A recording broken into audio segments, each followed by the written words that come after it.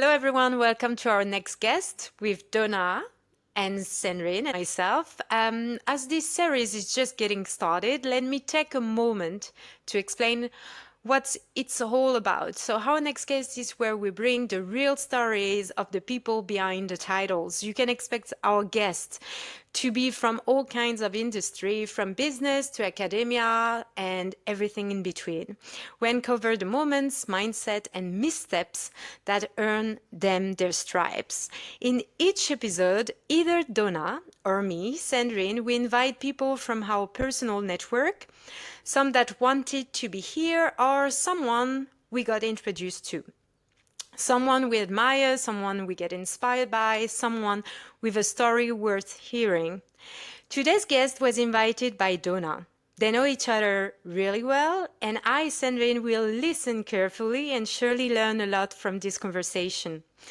And I would like to welcome really warmly Tiffin, and thanks a lot, Tiffin, for being here.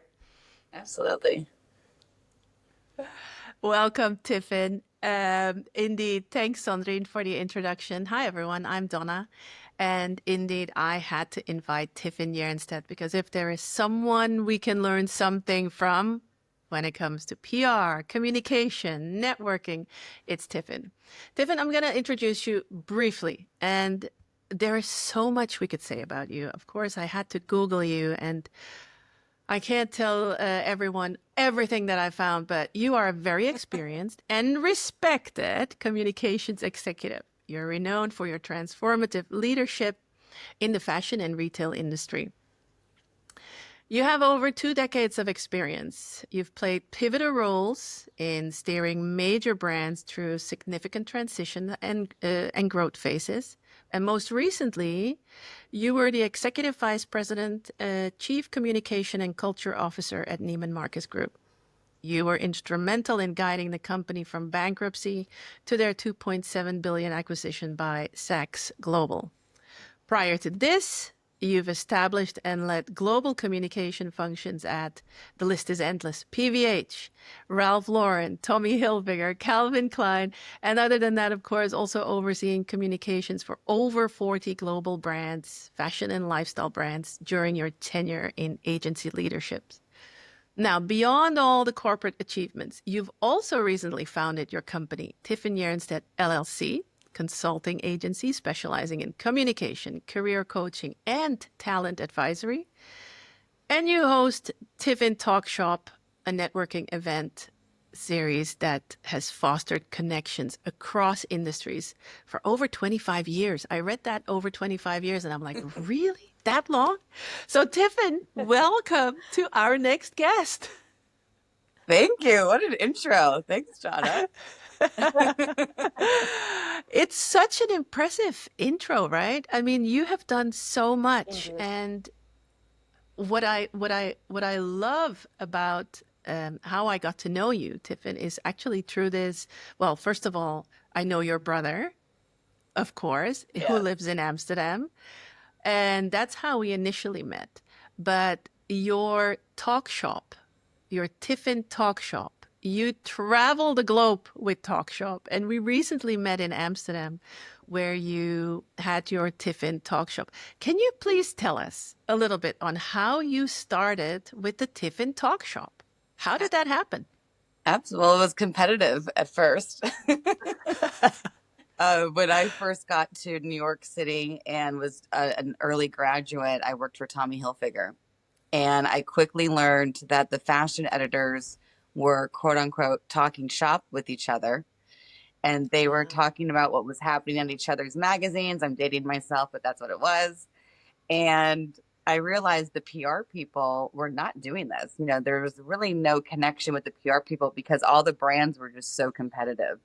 And the magazines were competitive. And I'm like, if the magazine editors are doing it, we should do it. So that's really how it started. In addition, that I'm highly social and I like to do parties. So I quickly evolved it from fashion PR people to different people in communications to then different industries. And then as my career grew, as how my career and responsibilities diversified, I then had people from different disciplines across all companies, all different industries. And then recently, last year, I started realizing I was doing all generations. Yes. And that wasn't a strategy initially, it just happened. So now, for about a year and a half, I always make sure that I have all gens. So alphas to boomers. And it's quite Wow. magical when you do that. So I just love it. And I never branded it for many years. I really just started branding it maybe 5 years ago. The talk shop part is literally people talking shop. You know, it's a Yes. phrase, but that's really what's happening. Yeah. And we're getting together in a very social, very organic, very casual way, but we're Yeah. coming there with a business mind. You know, we're there to meet different people, meet different professionals, learn about their career pathing, and also learn how they're doing it in their personal life. So last Mm-hmm. year was my first time that I did it outside of New York City, and I took it to 6 markets. Amsterdam was my first international one. But during I, COVID, that was the first time I did virtual. And the Oh, yes. fun story there was I actually had to be pushed and prodded for months and months and months because mine are very lively and we interrupt each other and we side talk Yes. during it. And that's totally Yes. okay. And people come and go. And I'm like, I don't know how to do that Yeah. virtually. And so I had Yeah. a handful of people constantly encourage me. And honestly, my first one, I was more scared about pressing the Zoom button than I was doing a 5,000 person fashion show. I was laughing at myself because I was like, oh my God, I'm so nervous. But what the beauty of that was, I realized very quickly it broke down time zones. It broke down people's, you know, where they were in their career Yeah. or their titles. So even mine, when I did them physically, they were very casual, and I would always mix up Yeah. different titles. But there is a thing where Mm-hmm. people sit around the first layer of the table, and if we already filled that up, and there's like Yeah. the second tier mm, table, and that just happens. But you know, when you're online with the boxes, it's all there. And you can use the chat function. So that helped me with my wanting to interrupt and wanting to do side things. So the chat Yeah. feature really helped.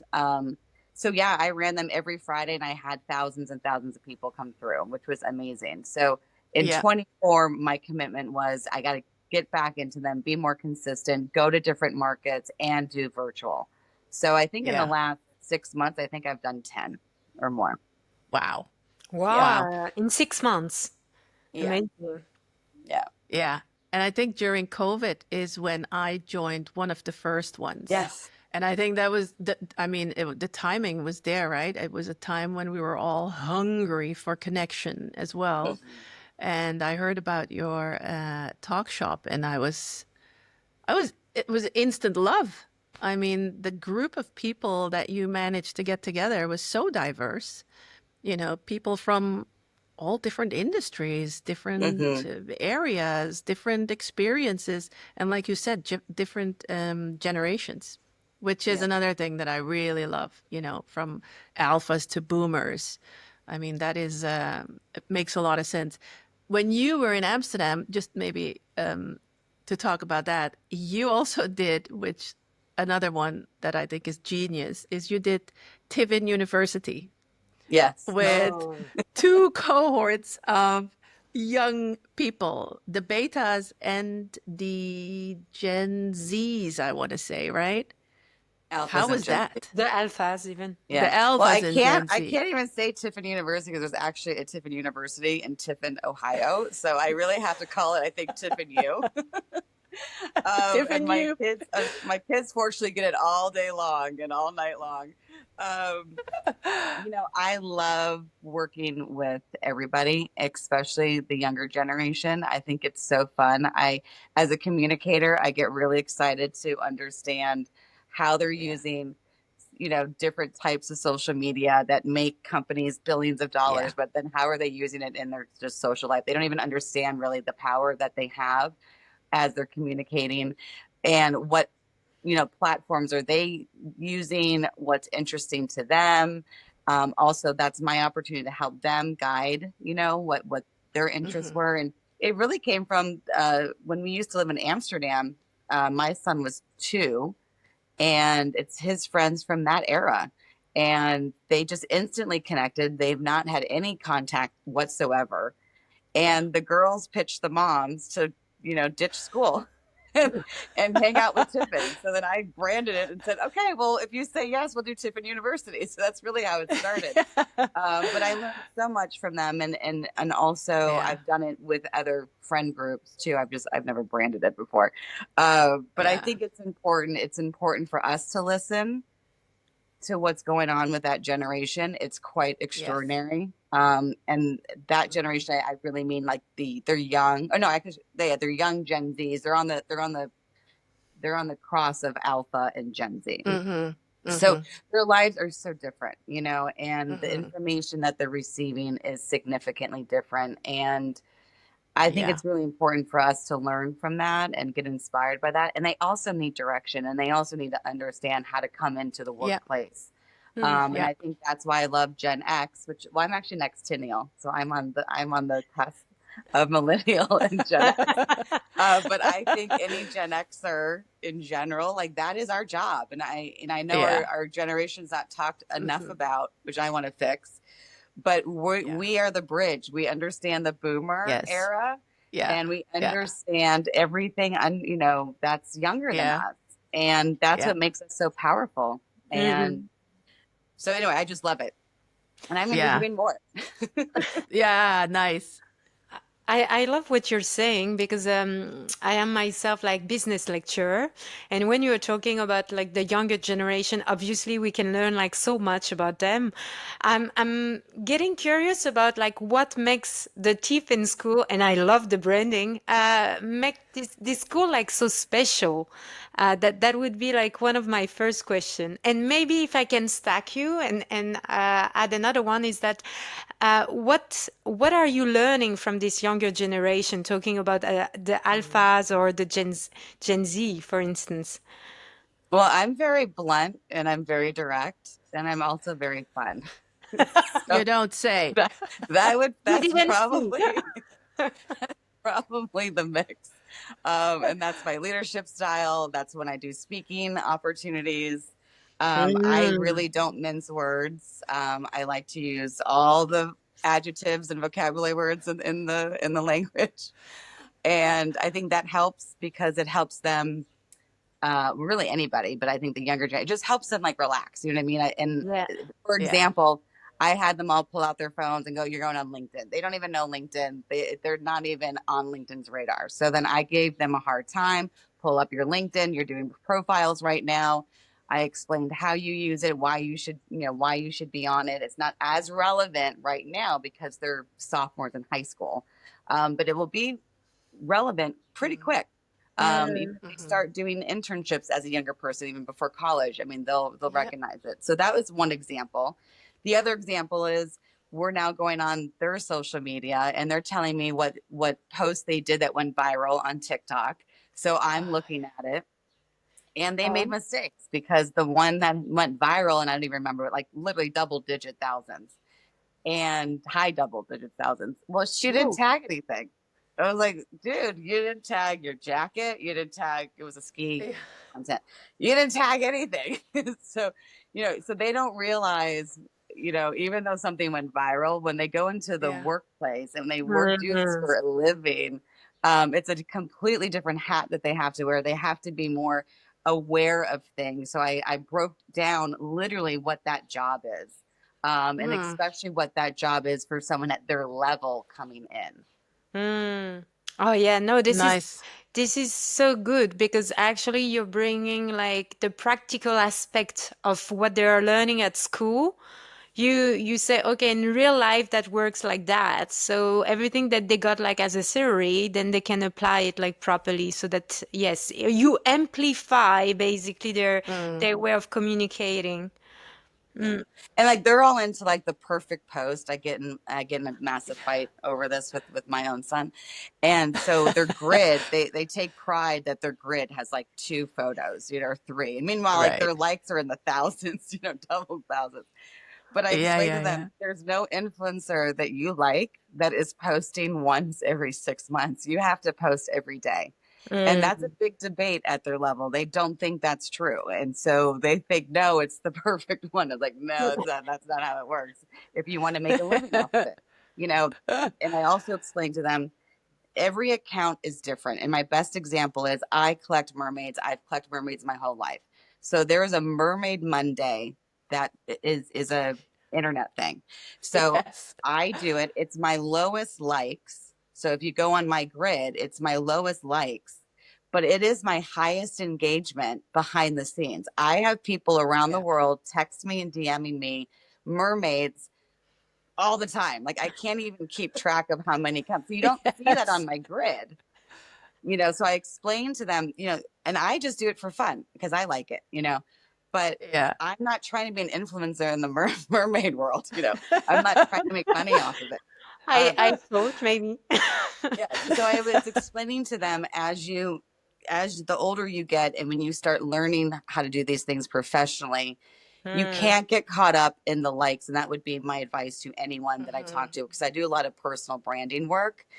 Your own engagement is what's important. So even if you had 5 likes on a LinkedIn post, but if you had 10 comments or you had 25 people email you and or text you, that's a win. You know, Yes. so Right. I always tell Agree. them, don't get caught up in the actual engagement, Yeah. because, or what's visibly shown. There's more to it than that. Now, if you're doing it as a business, that's a whole nother hat you have to wear. But in Mhm. your own personal branding on your own platforms, it's really important that you stay connected to your audience group, grow your audience group, because they're quite powerful. I mean, there's a reason why Yeah. social media is making people billions of dollars, and it's not just Yes. corporations, it's also individuals. So I Yeah. also help my Shih Tzu breeder. I mean, when I met her, I was in Amsterdam. I found her online. She was on Facebook. She did amazing videos. Instagram had just gone live. I go, you need to move to Instagram like immediately. Your content is ridiculous. She's now like one of the most influential, you know, Wow.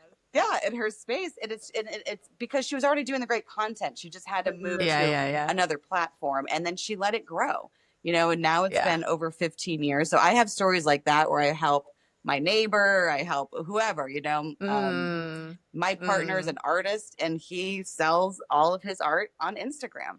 You know, he Right. doesn't, and everyone thinks he needs to be in the art installation of the blah, blah, blah in town. It's like, no, you don't. Like, and most of that is traditional anyway. So, No, so sorry. sometimes, yeah, but sometimes he won't get into it. It's like, it doesn't matter. You're not getting into it. You're getting action every day when you post something on your Instagram. So, Yeah. my message to everyone is it's your own content. You have to own it. But and think about what you're doing with it and what you want out of it. You know, so for me, my Instagram, even though I put business stuff on there, it truly is for my memory of my life. Mhm. It's Mm. Mhm. not for anything else. So if I'm feeling Right. bummed or my kids are being brats, I pull up Instagram and I go, I think life wasn't so bad. You know what I mean? Or I say to myself, like, Yeah. oh, you know what? Like, that was actually kind of fun. And then you kind of move on to, you know, move off your bad mood. But that's how I'm using Instagram. But Mm. someone Yeah. else might, because I'm a professional, they might think my Instagram's wacky. It's like, well, why is she doing that? Why is she putting a bad photo of a podcast? Not you guys, but I did another podcast. The graphic wasn't good. Professionally, I would never do that graphic. I would actually make a new graphic, but I don't have a team. Right. I'm just posting. I'm just Mm. getting it Right. up and I'm moving it along because I want my network to know, especially right now, I am traveling the world, but I'm also working and I have clients and I'm doing speaking engagements. And so I'm showing that. And sometimes that doesn't show up the best. But as a professional, if you don't do Mhm. anything, Yeah. that is Mm. 50 times worse than a Yeah. bad photo, or inconsistent posting. You know, you have to be out Yeah. there in your own way. Yeah, yeah. Right. And from what I'm Yeah. hearing is that, I mean, better to be raw and real and maybe like to do things like scrappy and messy, but at the end of the day, people hear about you, know about you, and discover you actually in a way that Yeah. might feel also for them comforting, like instead of having every time like filters and layers. Yeah, really Yeah. cool. I mean, I Mm. had a past client when I was younger. I was in my 20s when I worked for them. Years later, when I'm in my corporate job at PVH, where I'm doing mostly culture work, transformation. I mean, this is where I learned how to do all this. Just from my Facebook and Instagram, she called me and asked me to be the head of HR. Wow. And I was like, I don't do that. I do communications. Like, what are you talking? I know HR very well because I was embedded.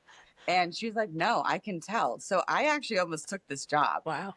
because I was like, well, that's kind of funny if I'm like that of HR. But that is truly from my Instagram and my Facebook. Like That is so it just hilarious. helps people understand Mm. what you're doing, how, especially like career wise. Well, and even life too. But like if we're going to stay on careers, Mm. how you've evolved. Like I went from early years of my life doing fashion shows, celebrity dressing, placing product in magazines, then moved that into obviously online and bloggers, but it was all rah, fun, fun, fun. But then the second half of my career was the tough stuff, Yeah. layoffs and, closing divisions down and Mm. implementing values. I was like, values? Like, why do I care about values? I mean, I was like a fashion girl. I did fashion shows. And then you start learning about the culture part, and how powerful the Yes. culture part is. And if I wasn't out there consistently explaining Yeah. it, the Mm. broader public doesn't understand what I'm doing. They don't Right. understand how I've evolved as a professional. Mm-hmm. So I have a Mm-hmm. one group that knows me in the early fashion days, and then I have another group that really only knows me from a corporate perspective. Right. And they're Yeah. just like, "You did shows?" And I'm like, "Yeah, I did shows." Wow, that is such a that's it sounds like a very logical complementing journey, Yeah. right?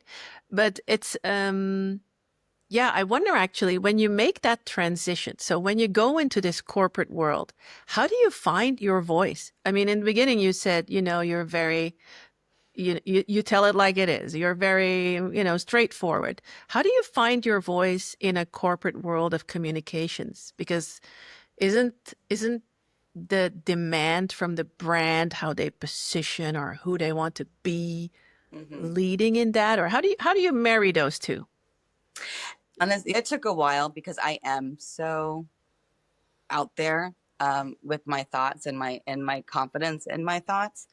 So I learned at a younger age, really when I worked at an agency in my 20s, there was two founders, and one of them, he and I would, clash, but we never really had to work together. But I I was quiet around him, shockingly. Mm, But I was because I didn't know as a 20-year-old or mid 20s, I didn't know how to debate or mm, push back or Mm. and do it in a professional way. I knew how to do it in my personal life, like no problem. yeah. So I found myself being really just not saying anything, which I know is really funny, but it's true. And it took me, honestly, I think about 3 years till I Wow. finally learned my voice around him. And there's nothing bad about him. He was just super strong. He was super strong Mm, as well. But I talked to my son about this because my son's the same way. It's like, you still have to learn to be a subordinate. I never say that word. I think it's a weird word, but it's true. Like, mhm, you have to learn where your place is. And so that right. that teed me up. And then when I especially went into the corporate world, I worked for 30 brands at a time. I had crazy, crazy designers at me. I had really crazy reporters and editors at me at a very young age. So my skin was thick, so to speak. It really would take a lot to rattle me. So when I got into the corporate space, where I would be in meetings with 35 people at a Mm. time, if not more, sometimes 50 in a room. And Mm, I'm in my like early 30s. Um, but I have no problem saying, I think that sucks. And that's a repeat. And that's nothing new. And no one's going to be interested in that. And you have to figure out your own style, mhm, right? But you just have to be direct. And I just really believed as a younger person, I'm here to do a job. You're hiring me for a reason. I know what I'm doing. I know how to get results. But if you don't like my style, then go work for someone else. It's really that simple. And I just felt confident mm, in that. So I really Mhm. didn't have many issues. I mean, I've been told to pull back a bunch in my career. I've been told I've cracked a bunch of eggs. I mean, I've been told all sorts of things. But at the end of the day, I'm also being told to get the job done. And I'm someone that is Right. sensitive. I am someone that cares about people around me. And sometimes people are not where you are, and then it's my job to bring them along in the journey. And I've had to be taught that also, because sometimes it's just Uh-huh. frustrating. And then sometimes I've been in environments where we don't have a lot of time.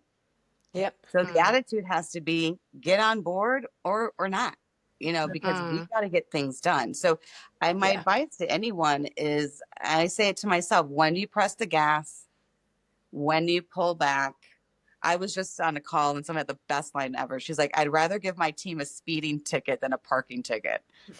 Like, I love that line. Yes. Like that's so Yeah, cool. yeah, But yeah. but sometimes, especially like what I do, like I'm a disruptor.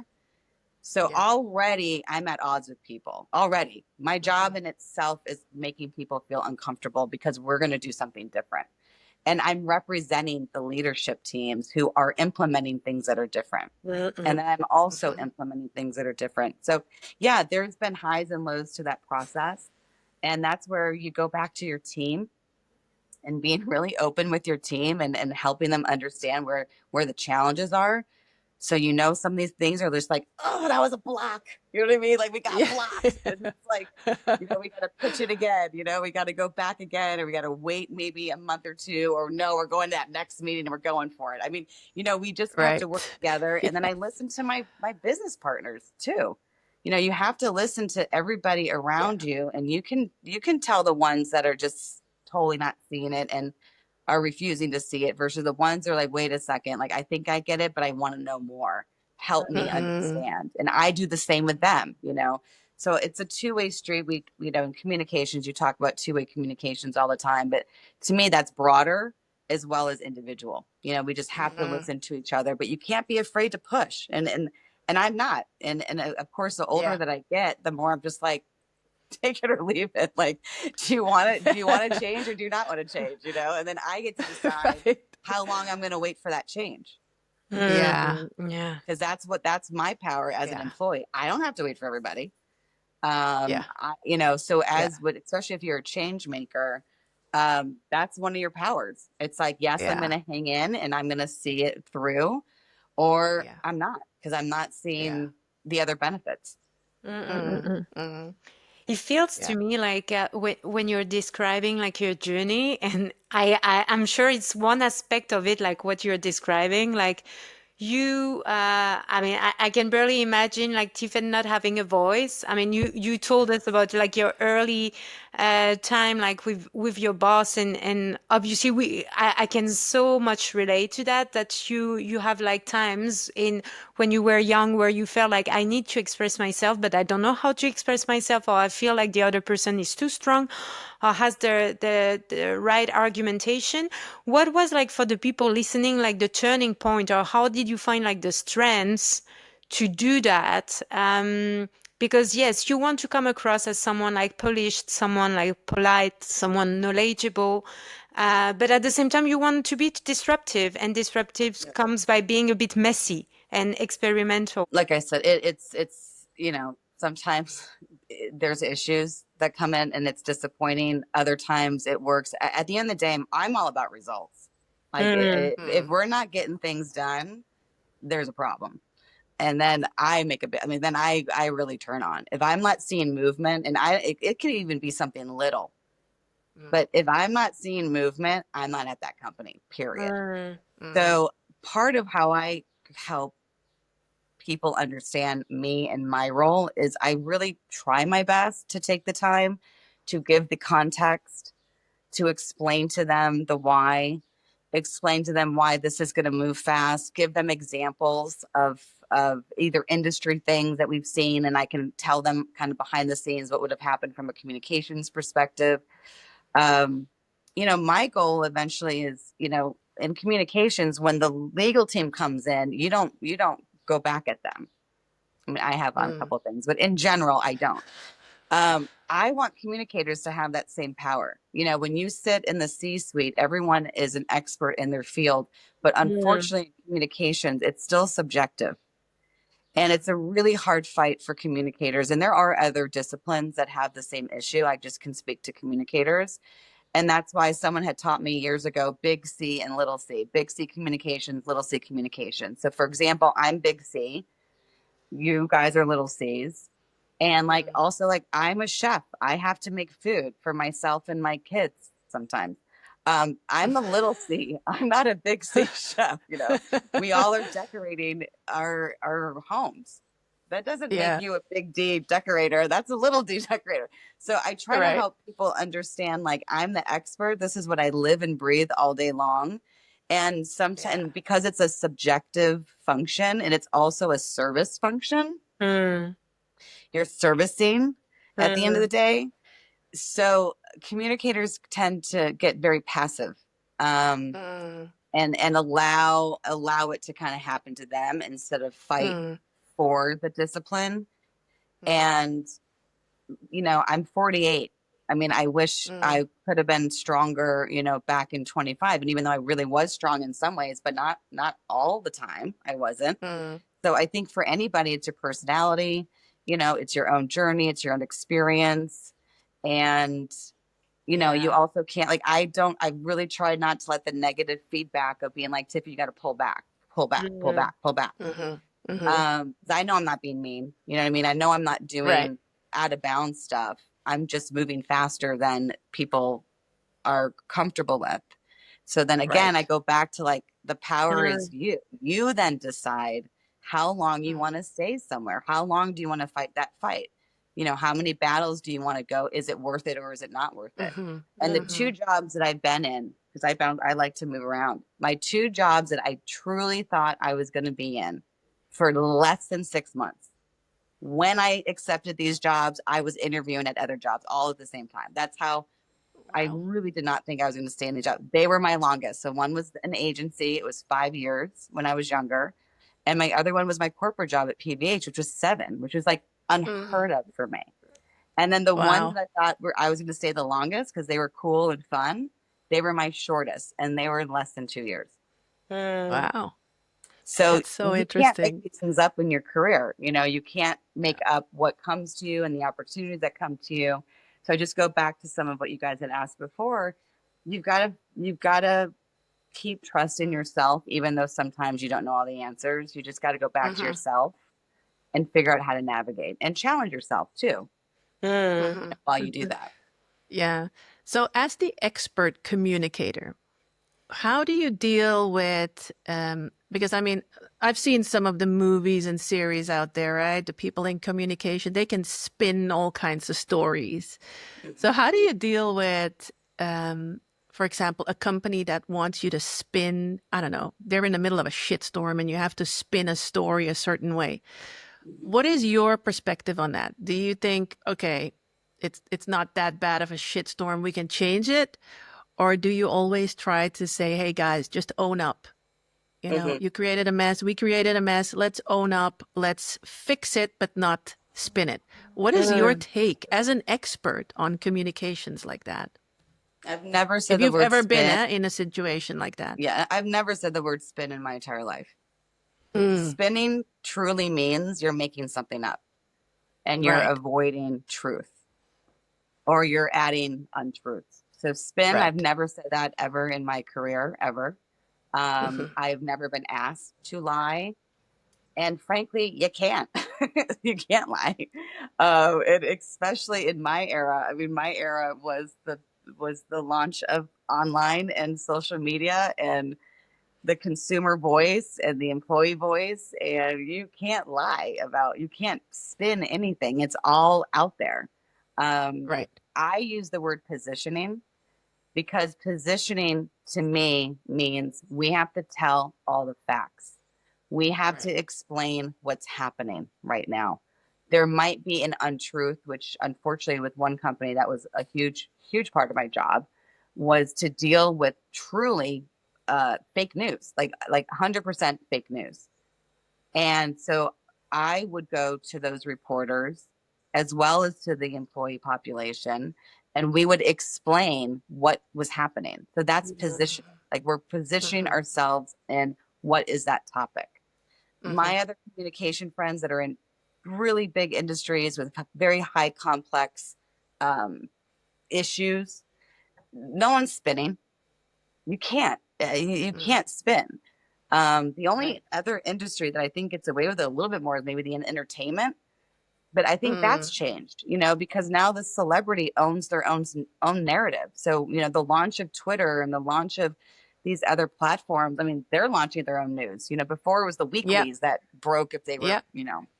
breaking up or whatever. Now they do it.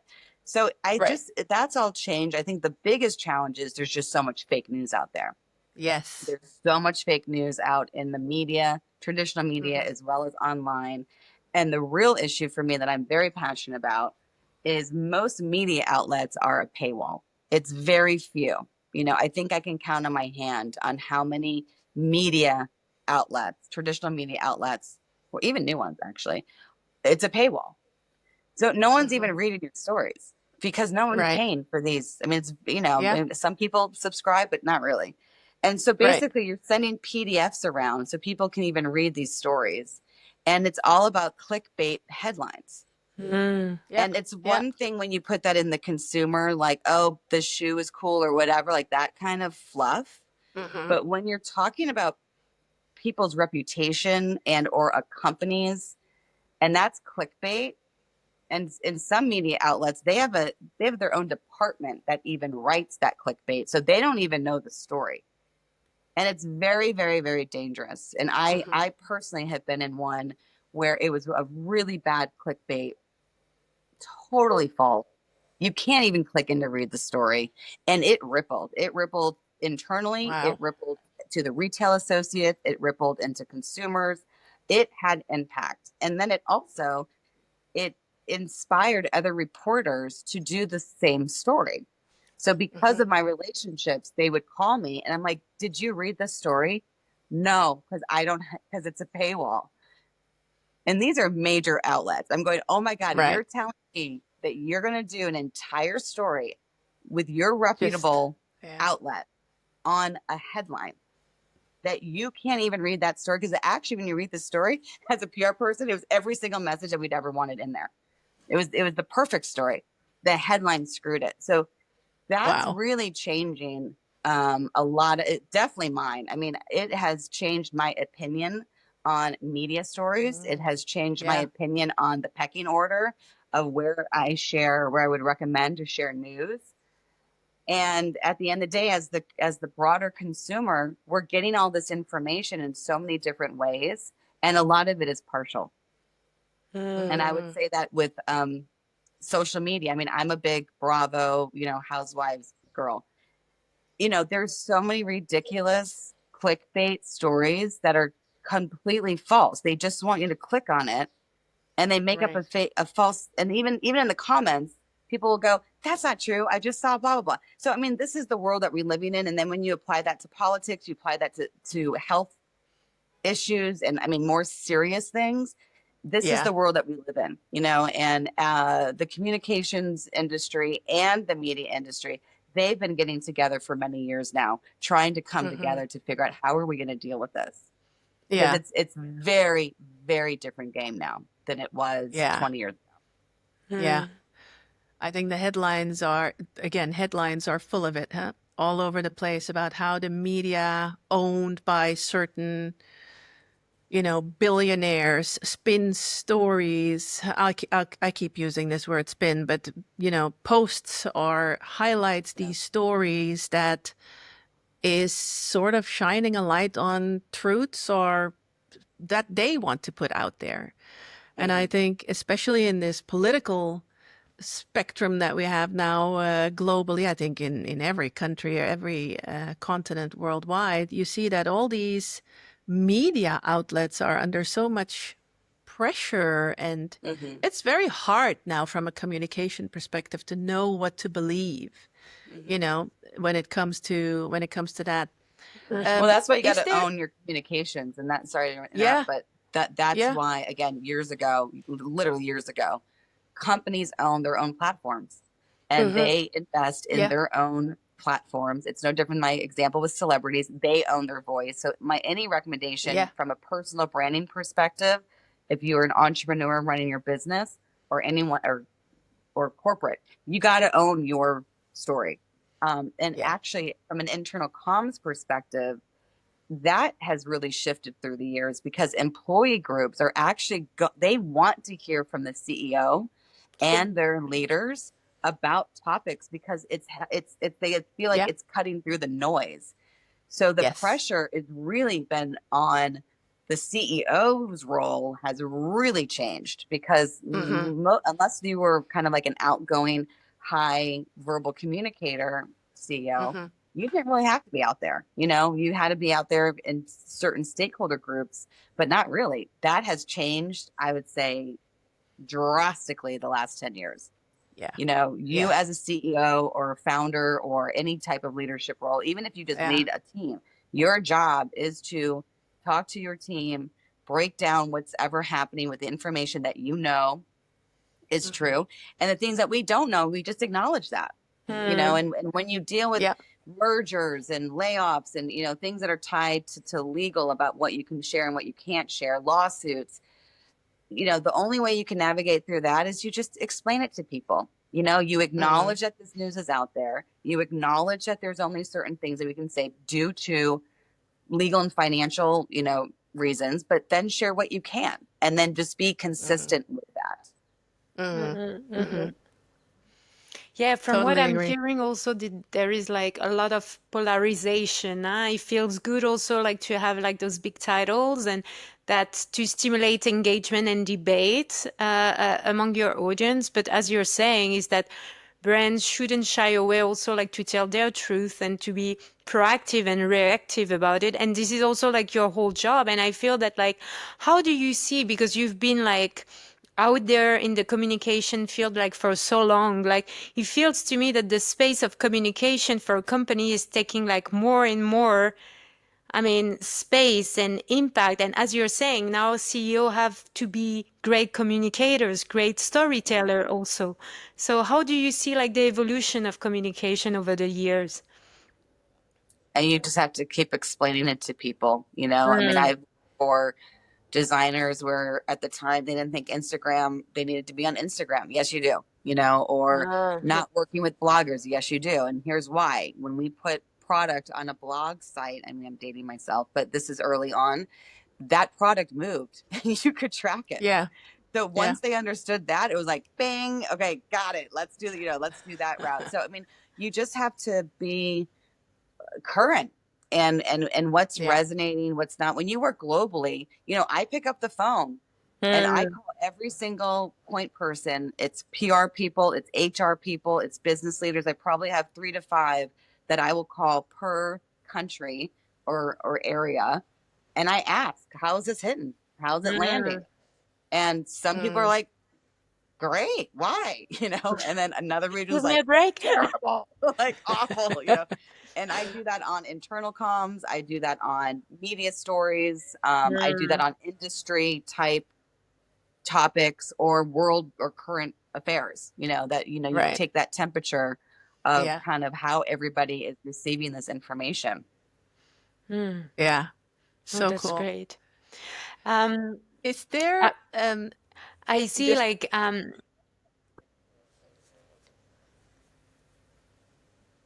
oh, did you want to go? go ahead, Donna. Okay. I wanted to know because this But communication go ahead. part, I just yeah, communication and culture. I think that's a very interesting one. Having worked also in corporate, I've noticed this trend in the last years that when we recruit people, one of the first things they would always ask is, what is the company culture like? You know, it's so connected to communications outside. And sometimes, I would be like, okay, did you check, our brand? Did you check the platform? And they're like, yeah, but I can't read anything about your culture.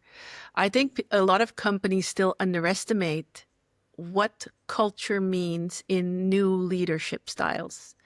It's very important. People want to know that they are going to be part of something.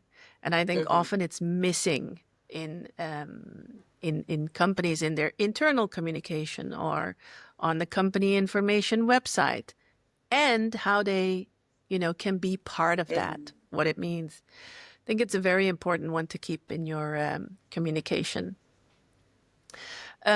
What I wanted to ask Yeah, it's next to that crucial. is if it's maybe more relevant in fashion and in retail versus maybe in banking or finances. Fashion was definitely late to the party and culture because it was all about who was the designer and did you like to wear their clothes? Like it was really simple. Now they are. Okay. Um, I think the banks have been further investing. Oops. Um, I think I I don't got, think maybe traditionally they were, but they have I'm large, taking it. listen, anyone that has a large employee population, they're investing in culture. Mm. So, most of the larger industries, they've been doing culture work for years and years and years, 30, 40 plus years because they have to guide, you know, 80,000 plus people. When I benchmark with my Walmart friends, I mean, my jaw always drops. They're 2 million employees globally. They're over a million just in the US. So, Right. they'll break news just to their employees over a CNBC because they have a larger population than some of the media outlets. So I think all industries have understood more and more that culture is so important. And also the power of the employee. That voice is way stronger than it was 20 years ago. And, that whole expression, the war on talent and the talent won, that Mm. expression Yes. was like 20 years ago. I mean, like literally, it's been a very long time. So talent is dictating. Talent is dictating way more than it ever has. And I continue to encourage anybody. That's why you have those surveys. That's why you have these, call numbers. That's why you have CEO leader calls. I mean, you have to voice your opinion. You have to Yeah. express it. And listen, a lot about culture is back to policies. I mean, a lot about culture is ways of working and how does that show up and how does that impact them?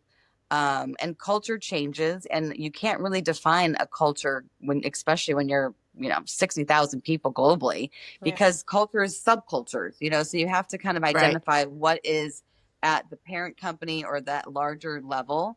And then you have to do your best to distill that each country and or division leader, and then it's got to trickle down to ensure that you're following those guidelines. And that's why corporate goals, values, corporate behaviors, they're really important because it helps remind people like, wait, we're supposed to be accountable. And you know what?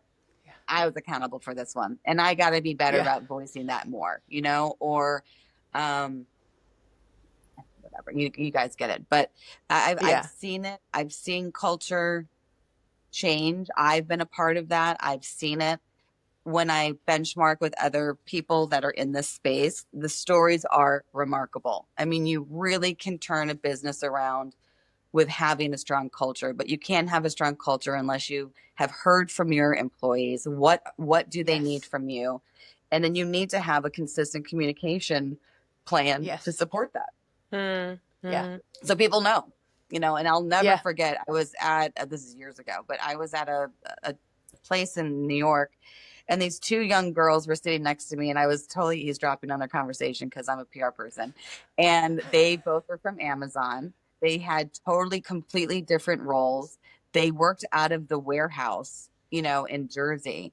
And I just started engaging with them, and they both have been out of school a couple years. They verbatim told me their values, their ways of working, Wow. their vesting schedule, their Mm. Mm. benefits. And I was like, girls, you're making people at corporate very happy right now. But that's how good Yes. Amazon was communicating what they have to offer.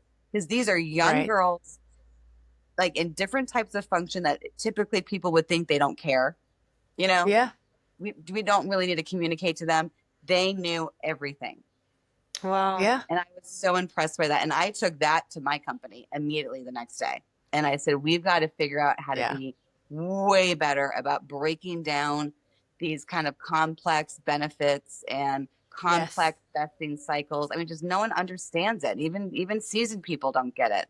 And it's our jobs to try to break that down so it's digestible and it's living in places where you have easy access to, so you can remember. The employee life cycle, if you stay at one company or any company and you're in your 20s, you don't care about parental leave. You could care less. No. And you also don't really care about the retirement, and some Yeah. people have pensions, some people don't. I was like, what's a pension? I don't know. Who cares, right? And then you get older and all of a sudden now that's important. Mm-hmm. Or there's life changes, or now you're taking care of an elderly family member. And now it's like, wait a second, Mm, what are my options here? So I think that's really, really important for anybody. Um, mm, and to talk about what you're providing. That's with the consumer lens too, by the way. Like, what are mm, you telling the mm. consumer? In a very Yes. simple, that they can remember, so they understand why they should be, Mm, paying for your services or whatever you mm, offer. mm, mm, Mm-mm-mm-mm-mm. Yeah, and from what I'm hearing, it's that it's one of your, I mean, unforeseen forces, huh? The talents you have in a company, or the people, the employees you have in a company, those are your best advocates. So if they really understand your values, and the direction and the vision, they will be best also like to sell it or to promote it to other customers. And then there is like this positive ripple effect that Hmm. actually great communicators manage to achieve. Yeah, no, it's really mm. inspiring. Yeah. Yeah.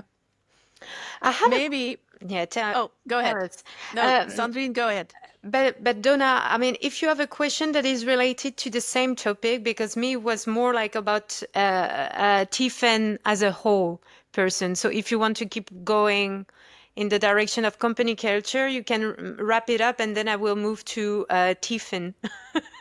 Tiffin, you Go and you. ahead.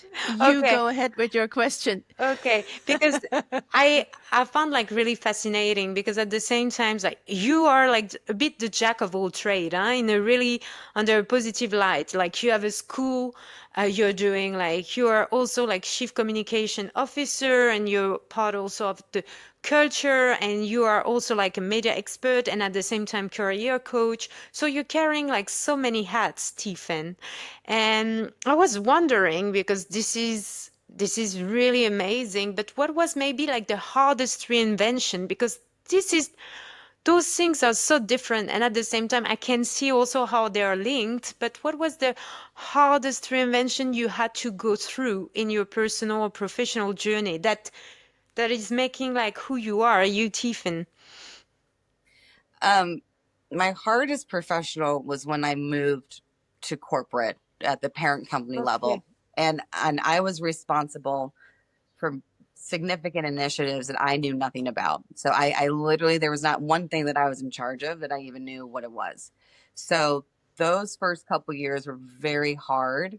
And as I mentioned, I stayed there the longest. So that was kind of my second job, where I was like, I can't believe I'm here so long. And what I realized was I have to be in high complex, high energy, significant transformation. That's what keeps me engaged. Hmm. And so that I knew, on the professional lens.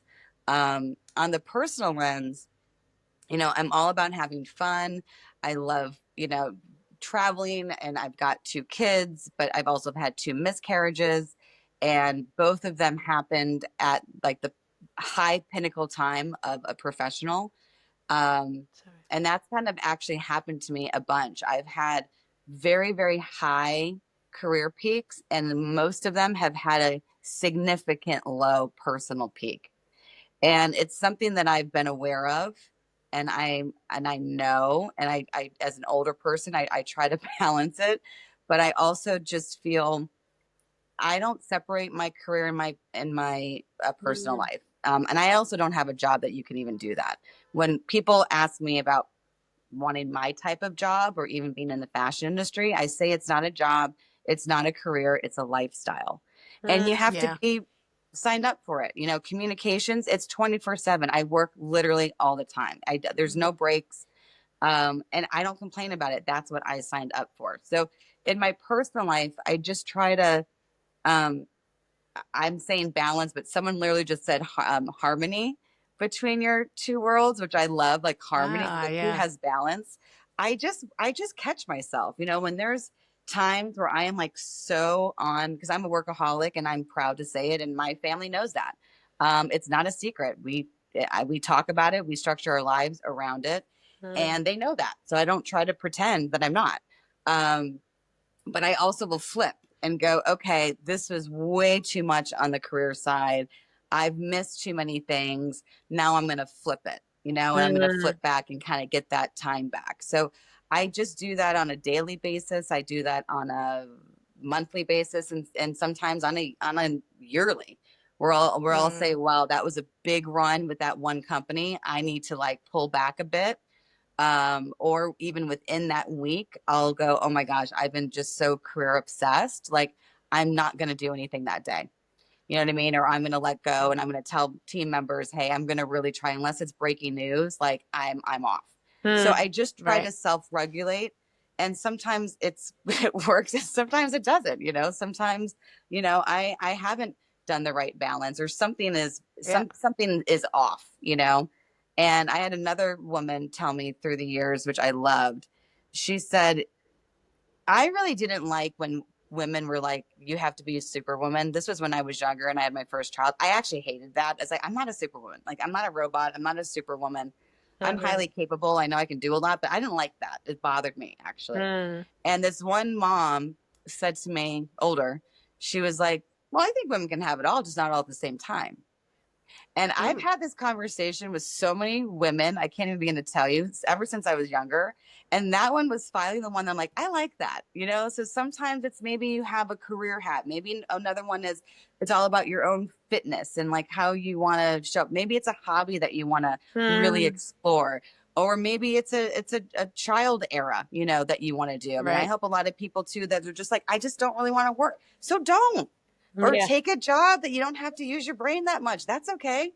You can still work and just not be in certain roles that are high maintenance, so to speak, and just take Yeah. a Mm, break, mm, So I just think it's up to you. And what I really don't like is a lot of people are depending on the company to mm. do this for them. Yeah. Mm. You're the only one that can do it. You're the only one that knows where you need to put more focus on, where you need to find more harmony in, where you need to, again, press the gas or pull back. And that really should apply to everything that you do. Mm. Thanks a lot. Whoa, I could listen like all day long. My God. Yes. Thank you, Tiffin. Absolutely. Uh, There are so many lessons to take away from this. And Tiffin University, I mean, it should be a thing, right, for everyone to dial into. Obviously, yeah. Maybe a final question.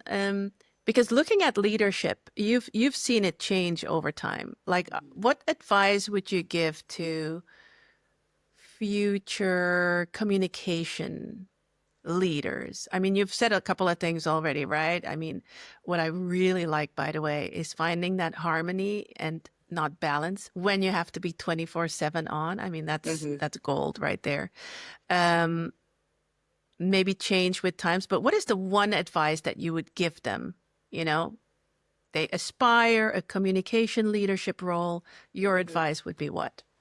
Mine would be a two for specific communicators. You gotta be direct. You gotta go for it. Don't let other people tell you what. Don't let little C's tell what the big C knows. That's really like my best advice for communicators. But my advice, really, for everybody that I have learned through the years is this whole find your passion. I think it's been going on for so many years now. I think it's gotten so literal. And I think it actually can paralyze you because, one, you got to find your passion. I never knew mine. I just learned during COVID it was talking. I realized, like, that's my passion. I talk. That took me years. Two, you have to monetize it. Three, now you have to find that job. Four, if you even get that job, and then you might have a really shitty manager that's going to ruin the entire Mm. experience already. So Mm, I just encourage everyone. Passion is a very broad term, and I have had really amazing jobs, but like passion. I know I wouldn't say I was like passionate for these jobs. I was passionate about yeah. communications. I Right. like my discipline, but I could sit and complain about every job I've had.